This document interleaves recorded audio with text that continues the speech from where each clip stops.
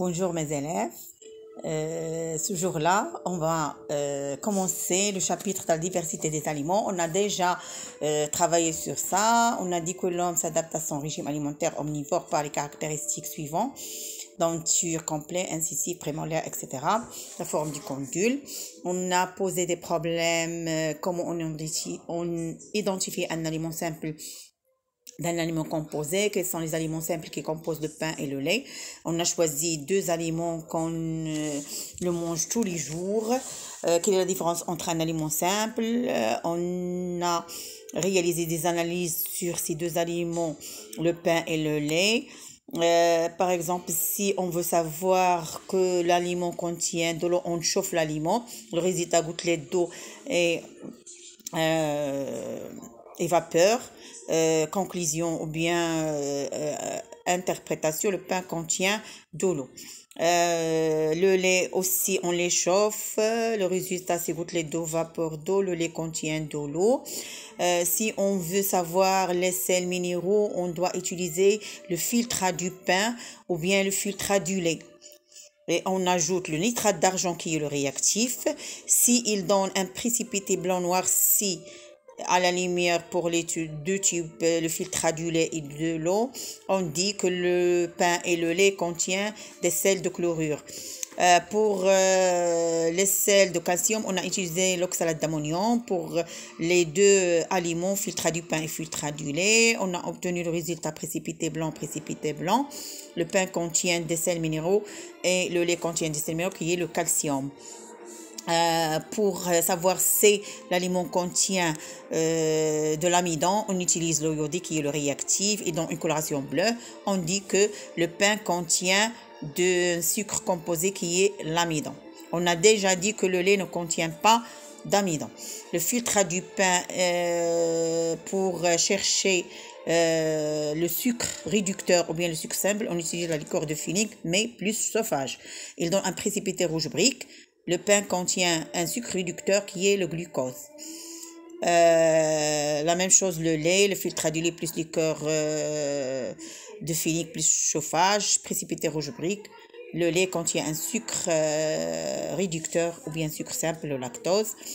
Et pour savoir si l'aliment contient des protéines, on utilise le réactif l'acide nitrique, coloration jaune. Le pain contient un protéide qui est le gluten. Le lait, on utilise lait caillé plus l'acide nitrique et donc coloration jaune. Le lait contient un protéide qui est la caséine du lait. Pour les lipides, on prend un morceau de papier, on frotte l'aliment. S'il ne donne pas une tache translucide, on dit que l'aliment ne contient pas de lipides, par exemple le pain.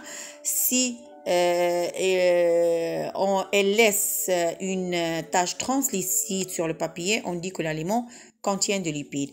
Le résumé de ça, c'est que les aliments simples sont l'eau, sels minéraux, glucides, lipides, protéines et même les vitamines. Lorsqu'on a analysé le pain et le lait, on a trouvé que le pain et le lait sont composés d'aliments simples, minéraux, l'eau et les sels minéraux, sels chlorure de calcium, il y a d'autres sels. Des aliments simples organiques, les glucides, sucre composé qui est l'amidon, sucre simple comme le glucose, lactose, fructose, les protéines et les lipides. Le pain est un aliment composé incomplet car il est pauvre en lipides, et le lait est un aliment complet, composé complet, car il contient tous les aliments simples. On a donné une remarque que les protéines, les lipides et les glucides, ce sont des aliments organiques. Pourquoi on a dit organiques? Car ils contiennent un aliment de carbone, de l'hydrogène, de dioxygène, et en plus de ça, les protéines contiennent un aliment de l'azote. On a réalisé une classification des aliments composés, c'est-à-dire on a vu plusieurs aliments composés et on a déterminé les aliments qui sont riches en glucides, les aliments qui sont riches en lipides, les aliments qui sont riches en protéines, sels minéraux et les vitamines, et on a réalisé un tableau. Conclusion: d'après les données précédentes, on constate que malgré leur origine, soit végétal ou bien animal, les aliments sont constitués d'éléments simples, appelés aliments simples, sont aliments simples minéraux comme l'eau, les sels minéraux, sels de chlorure ou bien sels de calcium, aliments simples organiques, Il y a les protéines, les lipides, les glucides et aussi les vitamines. Ces aliments consommés sont des aliments composés. On a donné deux exemples. Le lait est un aliment composé complet et le pain est incomplet. J'ai donné des définitions. Par exemple, l'aliment composé, c'est un mélange de plusieurs substances appelées aliments simples. Aliment simple, c'est un constituant alimentaire composé d'une seule et même catégorie de molécules. Il y a l'amidon. On a dit que l'amidon, c'est un aliment complexe ou bien composé. Il est constitué par une grande chaîne de glucose qui est liée entre elles. On les trouve, elle est toujours d'origine végétale, l'amidon, il est toujours d'origine végétale. On les trouve dans les céréales, les tubercules, les fruits, etc. Maintenant, on passe au rôle des aliments simples dans la satisfaction des besoins. On a réalisé des comparaisons, des renseignements qui peuvent tirer le rôle soit de ces aliments simples. Alors, on a déterminé que notre organisme est constitué des mêmes éléments chimiques qui entrent dans la composition des aliments simples, glucides, lipides, protéines, sels minéraux et eau. On a montré qu'au cours des jeûnes, c'est-à-dire lorsqu'on arrête de manger ou de boire, à un long prolongé, on constate une diminution du poids de certains organes du corps qui se manifestent sur notre organisme, muscles, corps, foie, rate, cerveau, etc. Et on a posé une hypothèse que les aliments simples ont un rôle dans la construction et la croissance du corps humain. On a l'analyse déduction des différents. On a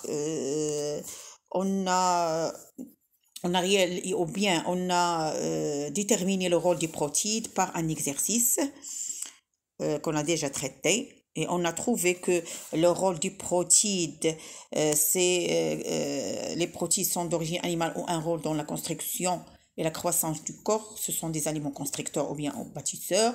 On a déterminé que les glucides et les lipides sont des aliments riches, ce sont des aliments énergétiques, c'est-à-dire qui donnent de l'énergie et luttent contre le froid. Et on a déterminé le rôle des sels minéraux et des vitamines qui ont un rôle protecteur. On a donné des exemples des aliments qui sont riches en lipides, les aliments riches en glucides, etc. Et le tableau justifiait ça. Ça y est.